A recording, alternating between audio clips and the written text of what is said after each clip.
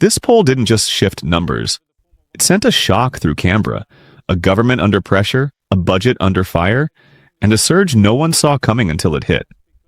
One Nation jumps to 32% in a bombshell Roy Morgan poll, overtaking Labour at 28.5% right after a brutal budget backlash over taxes, housing, and cost of living. And then Pauline Hanson steps in, calling it proof that Australians are sending a clear message. Change is already happening. But what starts as a poll story quickly turns into something bigger. Because this isn't just numbers anymore, it's momentum, anger, and a political system starting to feel the ground shift beneath it. Pauline Hanson, she's right, isn't she? It's a very important issue. Did you personally approve the re-employment of Sean Black after the rape conviction? Yes, I did. Do you regret that? And guess what? I haven't had one complaint. No, I don't. I have not had one complaint from the staff, and one is a former federal police officer that works in that office. Let's get this straight. He doesn't work my parliamentary office. He doesn't go to Parliament. He is a man who's done his time in prison, a man who has to make a living for his wife and his 2 children. So what am I supposed to do? What do you want to do? What do you expect? Well, you've dismissed him now. It doesn't seem sexual to... offences Pauline... in this country a year. So anyway, then you have 4,000 that are convicted. So how do you know the other people out there? This is political, Chris. This is just a political bloody witch hunt, and I'm shocked by just jumping on this bandwagon with Garth Hamilton. No, I'm not going to back away from this, Chris. No, I can hear that. Because everyone has a chance, a second chance, and he's been given a chance. But you have backed away, and that's why I'm asking. I want to get in with this next question. It doesn't stack up. You're saying you don't regret re-employing him after the conviction, yet you dismissed him earlier this week. Those two things can't be right, can they?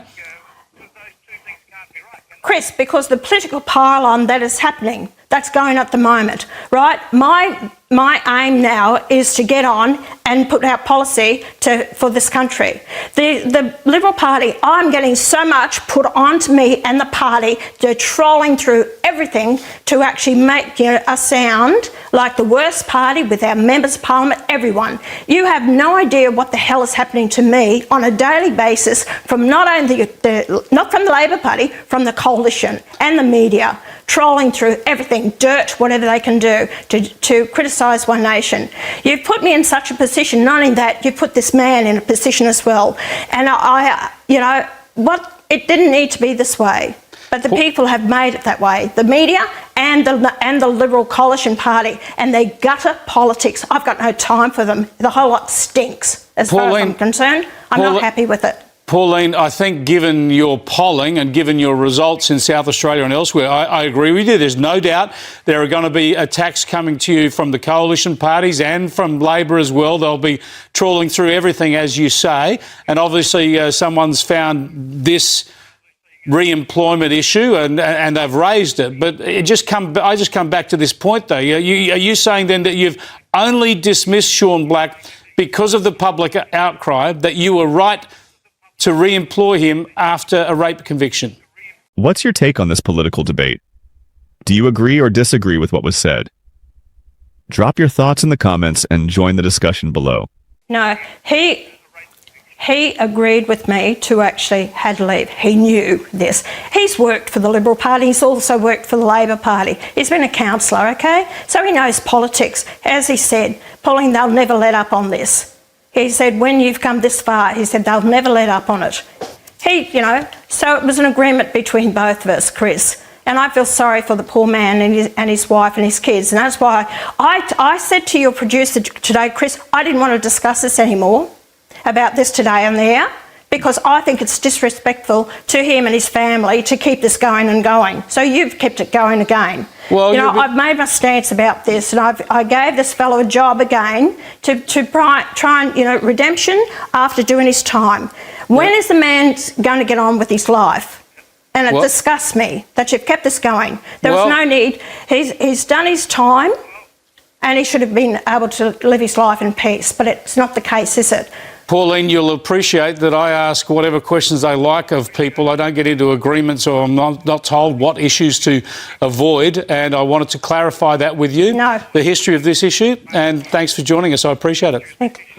This isn't just a political question anymore. It's a question of judgment, accountability, and what kind of standards are acceptable inside a political party that claims to represent ordinary Australians.